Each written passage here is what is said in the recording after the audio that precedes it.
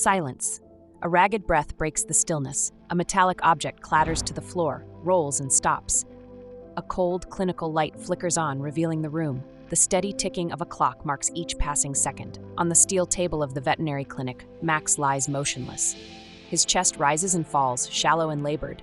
His breathing is faint, his eyes glazed and unfocused. Muscles tense, twitching with tiny spasms. An oxygen mask covers his muzzle. Jason Statham stands frozen beside him, his gaze locked onto Max, his face unreadable, but his clenched fists betray the turmoil within. Dr. Collins checks the monitors, then turns to Jason. "I can't make any promises," he says. His voice is low, professional, but edged with hesitation. Jason doesn't move, he doesn't speak. The silence grows heavier, like a storm ready to break. The doctor continues. "He was poisoned. We've started the treatment, but now it's up to him. If he responds in time, we can save him. If not..." He leaves the sentence unfinished. Jason lowers his eyes to Max, to the dog who had always been by his side, the dog who didn't deserve this. The clock ticks on, each second dragging into eternity. And then, in Jason's mind, everything rewinds to just a few hours earlier. Before we dive deeper into the story, drop a comment letting us know where you're watching from. We love seeing where our amazing community comes from. And while you're at it, hit that like button and subscribe to the channel. It only takes a second, but it means the world to us. Now, sit back and enjoy the story.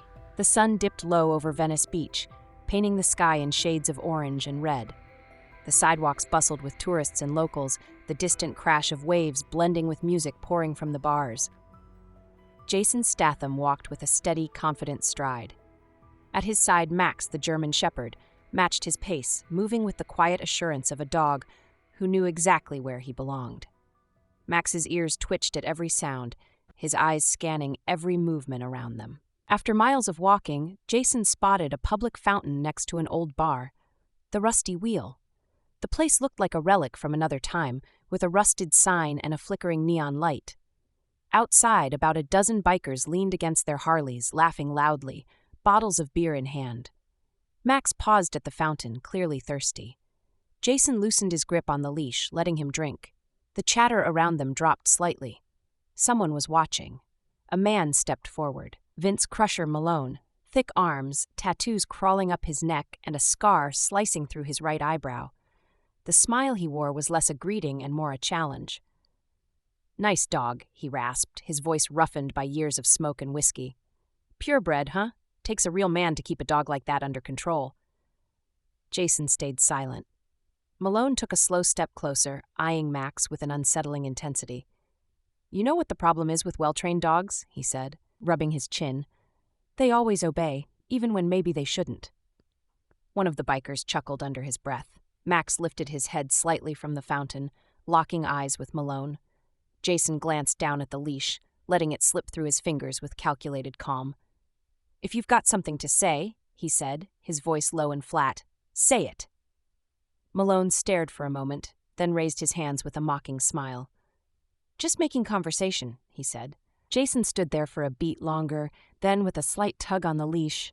"Come on, Max." He turned and walked away, not looking back. But the tension lingered, and so did the certainty that this wasn't over. The air had turned cooler now. The sun slipped behind the buildings, leaving the Los Angeles sky a deep blue brushed with red streaks. Jason had found a small outdoor cafe, a quiet spot with a few tables scattered along the sidewalk. He sat down, ordered a coffee and a sandwich. Max lay curled at his feet, relaxed.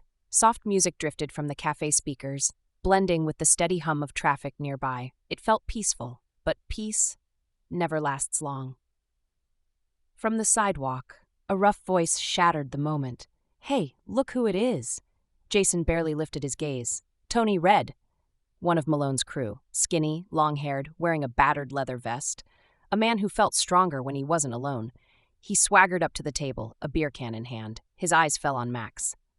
"Still hanging with your big mutt, huh?" he sneered, taking a sip from the can. "You know what's wrong with big dogs?" Jason said nothing. "They act tough until you really test them." Too fast to stop, Tony lashed out, kicking Max hard in the side. A dull thud. Max yelped and jumped to his feet, growling low and deep. Jason's chair scraped loudly across the pavement as he stood up, slowly, deliberately. Tony backed up a step, but that smirk was still plastered on his face. Relax, man, just playing around. Jason stared at him. The cafe fell silent around them. Every muscle in Jason's body screamed to strike, to drop him with one blow. But he didn't. Instead, he walked forward, slow, controlled, until he was just inches away from Tony's face. Then he spoke. "You think you're in control, don't you?" The words were quiet, flat, even more terrifying than shouting. Tony's smile faltered. He swallowed hard, trying to hold his ground, but his eyes gave him away. Jason tilted his head slightly. "Touch my dog again, and you'll find out what real consequences look like." A promise. Cold. Unavoidable. Tony stumbled back, forcing a nervous laugh. "Come on, man, just messing around." Jason didn't move, just stared, and Tony turned and walked away, faster than he wanted to. Jason knelt down, running a hand along Max's back. Max looked up at him as if to say he was fine, but Jason knew better. This wasn't over. Something in the air had changed. You couldn't see it, but you could feel it. Jason sat at the table for a few more minutes, lost in thought. Max was calm again, curled up beside him, trusting, but Jason knew people like that didn't forget easily. After a while, he stood up. "Stay here, Max," he said softly, just like always. The dog remained still as Jason walked inside the cafe. A minute, maybe two. When Jason returned, something was wrong. Max was standing, but he looked off. His body trembled slightly. His breathing was heavy, strained. Jason dropped to his knees beside him. "Max?" Max licked his muzzle, then staggered, his legs struggling to hold him up. A sharp pang hit Jason's gut. No. He looked around. People were still chatting, drinking, laughing, but someone had gotten close while he was gone. A waiter hurried over. "Is everything okay?" Jason shot him a hard look. "Did you see anyone near my dog?" The kid hesitated, then nodded. "Yeah, some guy, long beard, dark leather jacket, threw something under the table and took off." Jason's blood ran cold. He glanced down. There, under the table, tiny crumbs scattered on the ground. He snapped his fingers in front of Max's eyes. The dog tried to respond. But he was disoriented, his breathing growing worse by the second. No time, no hesitation. Jason didn't ask another question. He scooped Max up into his arms, heavy, but he didn't care. There was only one thought in his mind: get him out of there, now. Jason crossed the sidewalk with determined strides, Max cradled in his arms. People stepped aside, their voices fading into a distant, muffled blur. The only sound he could hear was Max's weakening breath. He reached his car, yanked the door open, and gently laid Max on the passenger seat. One hand stroked the dog's head, the other started the engine. "Hang on, buddy." He slammed his foot on the gas. The engine roared, and the car shot into traffic. The GPS pointed to the nearest veterinary clinic. 3 kilometers, red lights, honking horns, cars moving way too slow. Max whimpered softly. Jason gritted his teeth. "One more minute. Just hold on." He took a corner too fast, barely missing a side mirror, but he didn't slow down. Finally, the clinic came into view. He screeched to a halt, threw the door open, and lifted Max back into his arms, clutching him tightly. "Help!" His voice tore through the waiting room. A man in a lab coat, Dr. Collins, turned instantly. He took one look at the dog in Jason's arms and understood. "Bring him in. Now!" Jason followed without a word. The door swung shut behind them. He laid Max down on a cold steel table. The vet grabbed a syringe, filling it quickly with an antidote. "What did he eat?" he asked, checking Max's pupils. Jason ran a hand over his face. "I don't know. Someone threw something under the table." Collins nodded, inserted the needle under Max's skin, and pushed the plunger. "We have to act fast." Jason watched him work. Every second felt like an eternity. Max was barely moving now, his chest rising in shallow, painful breaths. "Will it work?" Jason's voice was rough, harsh, but beneath it something cracked through. Worry. Something he never showed. Collins sighed. "I've done everything I can. Now it's up to him." Jason lowered his gaze. "Max, please hang on." The clock on the wall ticked, each second dragging slower than the last. But inside Jason there was only one thing burning: rage. This wasn't over. Jason stood motionless, his eyes locked on Max. The dog's breathing was still weak, but steady. He was fighting. Dr. Collins peeled off his gloves and turned to him. "Now we wait. I suggest you stay here." Jason didn't answer right away. In his mind, waiting was not an option. He stepped back, pulled out his phone, and scrolled through his contacts. One name. Frank Carter, detective, former partner, one of the few men left in the city he still trusted. He hit call. After 2 rings, a rough voice answered. Not a good time, Statham. Track him down. Silence. Then a heavy sigh. Who? Jason glanced back at Max, still lying on the table. Malone, his crew. I want everything you can find. Another pause, a tired breath. You're out of your mind. If you think you're taking on those bastards alone, you better. Find him, Jason repeated, slower. Colder. Click. Call ended. Jason stood up, gave Max one last look, then walked out of the clinic. Tonight wouldn't end here. An hour later, his phone lit up with a message. Rusty wheel, they're there. Be careful. The flickering sign of the rusty wheel cast a dim glow over the deserted street. The air reeked of burnt oil and spilled liquor. Jason parked a few blocks away, no rush. He stepped out of the car, pulled on his leather gloves, and started walking. The sound of his footsteps echoed, the only noise in the silent night. He pushed the bar door open. Voices died instantly. The music kept playing in the background, but no one spoke. Jason was there for someone, and they all knew it. Vince Crusher Malone leaned against the bar, beer in hand, wearing the smug grin of a man who thought he was untouchable. A few of his men rose from their tables, tense and wary. Jason moved forward, calm, ice-cold. Back for another drink? Malone asked, tilting his head. Jason stopped a meter away, eyes locked. No, I'm here to settle the score. Malone chuckled low. You know, you're starting to get real annoying. Not as annoying as I'm going to be in about 5 seconds. The air grew heavy. A flicker of doubt crossed Malone's face. One of his men made a move. Jason caught it from the corner of his eye. The first punch came fast. Jason dodged, grabbed the man's arm, and slammed him into the bar. A beer glass toppled. Another biker charged. Jason ducked, grabbed him by the collar, and hurled him into a table, wood splintering under the impact. Malone swung at him. Jason blocked it, spun him around, and slammed him against the wall. He leaned in close. You poisoned the wrong dog. Malone tried to speak, but Jason didn't give him the chance. A punch, sharp and merciless, drove into Malone's gut, folding him over.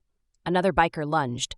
Jason snatched his wrist and flung him onto a chair, shattering it under his weight. Chaos erupted, tables overturned, glass shattered.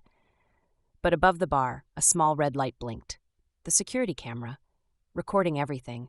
A monitor behind the counter showed the live feed, every punch, every crash. Jason saw it. Malone saw it too, but it was too late.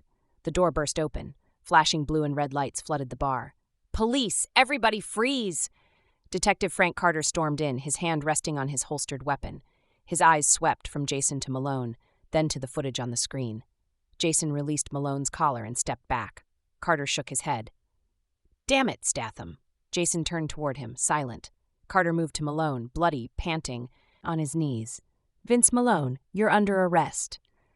An officer hit the stop button on the security recording. They had everything they needed. Malone was handcuffed, dragged away alongside his crew. Jason didn't wait to see the rest. He turned and walked back into the night.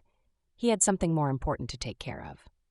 The veterinary clinic was silent, only the ticking of a clock and the steady sound of deep, strong breathing. Max still lay on the table, but now his chest rose and fell with more strength. He was fighting, and he was winning.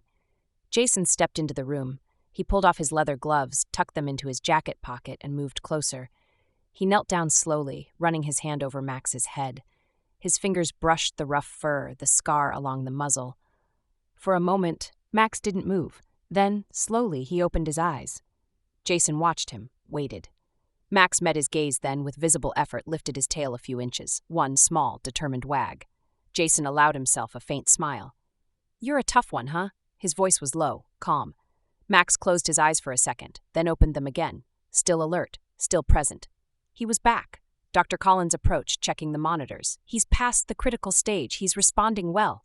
Jason nodded, never looking away from Max. Max was alive. He stood up slowly, giving him one last look before turning toward the door. When can he come home? Collins gave a small smile. If he keeps this up, tomorrow. Jason was silent for a moment. Then he turned back to Max. See you tomorrow, buddy. Max watched him, those loyal eyes never wavering. Jason slipped quietly out of the room. The ticking clock followed him down the hallway. The night air was cool as he stepped outside. He paused, taking a long breath. Everything had fallen back into place. And that night, in Los Angeles, a man and his dog had proven one thing. Loyalty is untouchable. This wasn't just a story about a man and his dog. It was about loyalty, about revenge, about justice. It's proof that some things can't be left unanswered. Jason didn't lose control. He didn't seek blind revenge. He showed that real strength isn't just in the fists, but in the choices you make when facing evil. Now, I want to hear from you. Have you ever faced an injustice that made your blood boil? Have you ever witnessed someone getting a punishment or a pain they didn't deserve? Share your story in the comments. We read every single one. If you enjoyed this video and believe in its message, leave a like and share it with someone who needs to hear it. Don't forget to subscribe and hit the notification bell for more powerful stories like this one. Thank you for your support. Remember, justice doesn't need words, it needs action. See you in the next video.